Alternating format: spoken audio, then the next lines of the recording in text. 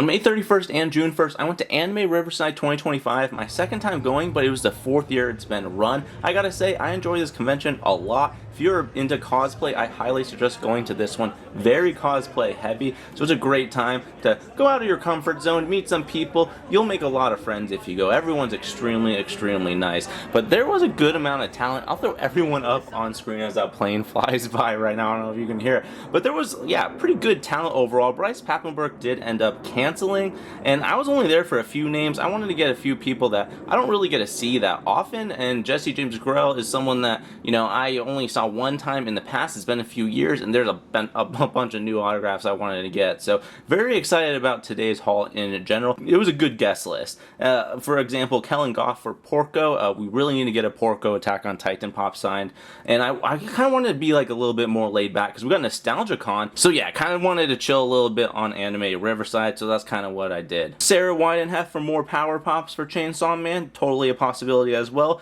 You know what's kind of cool? At one point, it was kind of rare to see the Cowboy Bebop, but Wendy Lee and Melissa Fawn was at this event, so for Faye and Ed, I mean, that's pretty nice if you want to pick that up as well. And the one person I would say is a little bit on like the rarer side, it felt like to me at least, is Ricky Simmons. That's someone for Invader Zim that I haven't seen pop up on too many guest lists, but now with Invader Zim pops, maybe we'll see more of them in the future. But yeah, let's take a look at everything, and let's just start off with this bag. If you go, yep, you get a bag every single day you attend. So if you go for multiple days, you'll get multiple bags. Not too shabby. I have 2 from last year's. One single badge just for Sunday, a little bit of an in and out trip. I love, honestly, Anime Riverside. I mean, it's really easy, free parking on the street, nothing to worry about. It's a good time. We did get everything JSA authenticated, so that was also pretty, actually everything except for this one Pokemon card for Sprigatito. Oh my gosh, I know I butchered that. I can never say it. I'm more of a reader. I don't really say the Pokemon names out loud anymore. Let's get a little bit of light on this, because it's a pretty nice card. I did end up picking it up at the table, and this is for, in fact, Alejandra Reynosa. I'm sorry if I butchered that, but Pokemon is such a big part of my life. I mean, I even got a tattoo on my arm. You guys might know for Latios, and Latios, my favorite Pokemon. But yeah, I don't know. I've been so much into getting so many Pokemon autographs lately. Figured might as well. And yeah, she had this at her table, and obviously it's her Pokemon, and it's the Horizon's official card or something like that. Is that what the guy told me? So yeah, it wasn't too bad. I think it was like $60 for the card and autograph, so a little bit higher. I mean, who did I get? Was it Cricket Lee from May? That was $20 on a card. It was a completely different type of card, obviously, but you know what?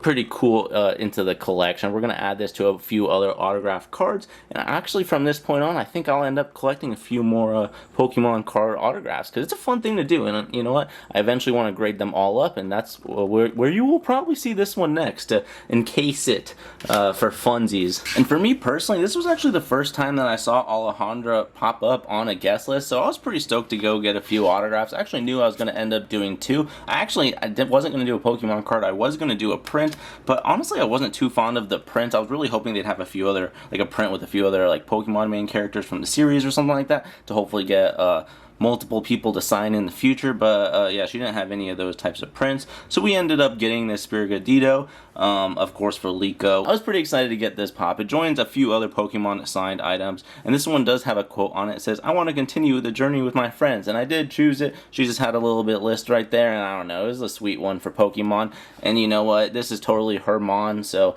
it's just such a good item to get autographed, to be honest, so I'm really stoked about it, and it looks really good. I love the paint pen, I love the green, love the blue. Overall, it's a really big win. Plus the card, oh my gosh. Alright, and next up we have Jessie James Grelle. It is actually someone that I mainly went to the event for, because it's been, like I said, a few years since we've seen them, and yeah, there's been some pretty awesome Armin pops that have come out since then, and in the past, it was so long ago that actually on the Tokoyami pop, it was just a common, I believe, that I got signed. I got my name on it, and now I wish I didn't do that, just so I could add Tokoyami into the My Hero collection without my name, and now I can finally do that, so I'm super stoked. It is the AAA anime exclusive glow in the dark. It says Revelry in the Dark. Well, that's funny. Tokoyami, character name in the purple right above.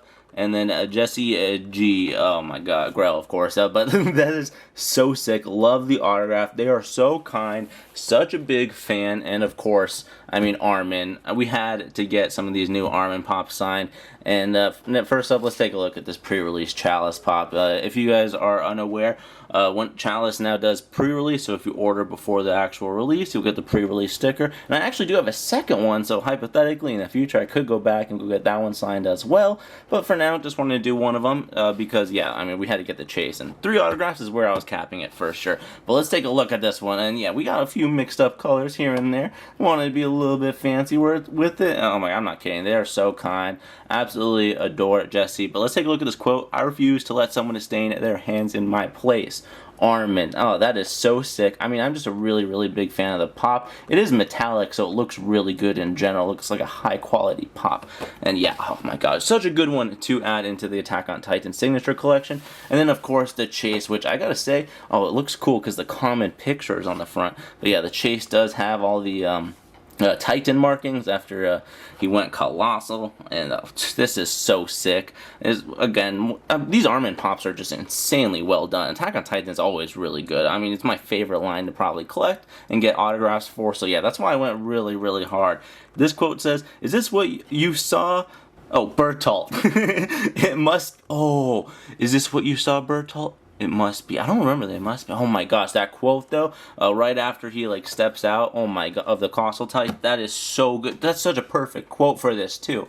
Oh my gosh, these are such great ads. These are some of my favorites in a long time. So glad I went to this convention just for Jessie, and yeah, solid autographs. And I still want to go back in the future. Like I said, we got an extra pre-release, but mainly for the Colossal Titan. I want to get the black and white one signed, because I have the original signed by the voice actor for Bertolt.